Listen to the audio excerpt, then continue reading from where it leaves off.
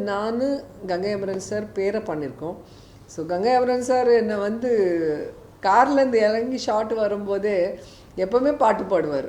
என்னோட dream girl நீங்கள். ஒரு காலத்தில் உங்கள் படம் உங்கள் சாங்ஸ் பார்த்தேன்னா இன்னைக்கு உங்கள் கூட நான் ஹீரோவாக நடிக்கிறேன்னு சொல்லி அவர் டெய்லி ரொம்ப ஹாப்பியாக ஃபீல் பண்ணும்போது எனக்கு சந்தோஷமாக இருந்தது. ஏன்னா அவர் ஒரு லெஜெண்ட், ஒரு மியூசிக் டைரக்டர், ஒரு 18 படம் டைரக்ட் பண்ணவர். ஸோ அவ்வளோ ஜோவியலாக நம்ம கூட அவ்வளோ அஃபெக்ஷனேட்டாக இருக்கிறது எங்களுக்கு ஒரு கம்ஃபர்ட் ஜோன் இருந்தது பர்ஃபார்ம் பண்ணும்போது.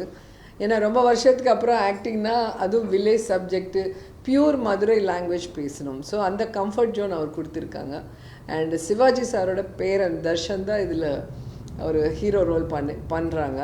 ஸோ அந்த பையனும் அந்த சிவாஜி ஃபேமிலிங்கிற பெந்தா இல்லாமல் எங்கள் எல்லோரும் கூட ஒரு நியூ கம்மர் எப்படி இருப்பாரோ அந்த மாதிரி எங்கள் கூட உட்காந்துட்டு ஸோ ரிஹார்சல் பண்ணும்போது, சாப்பிடும்போது, ஸோ ஷார்ட் பண்ணும்போது எங்கள் கூடவே இருக்கிறது எங்களுக்கு பிடிச்சிருக்கு. ஏன்னா இப்போ இருக்கிற ட்ரெண்டில் நீங்கள் பார்த்துருப்பீங்க, அவங்கவுங்க கேரவானில் போய் உட்காந்துருவாங்க.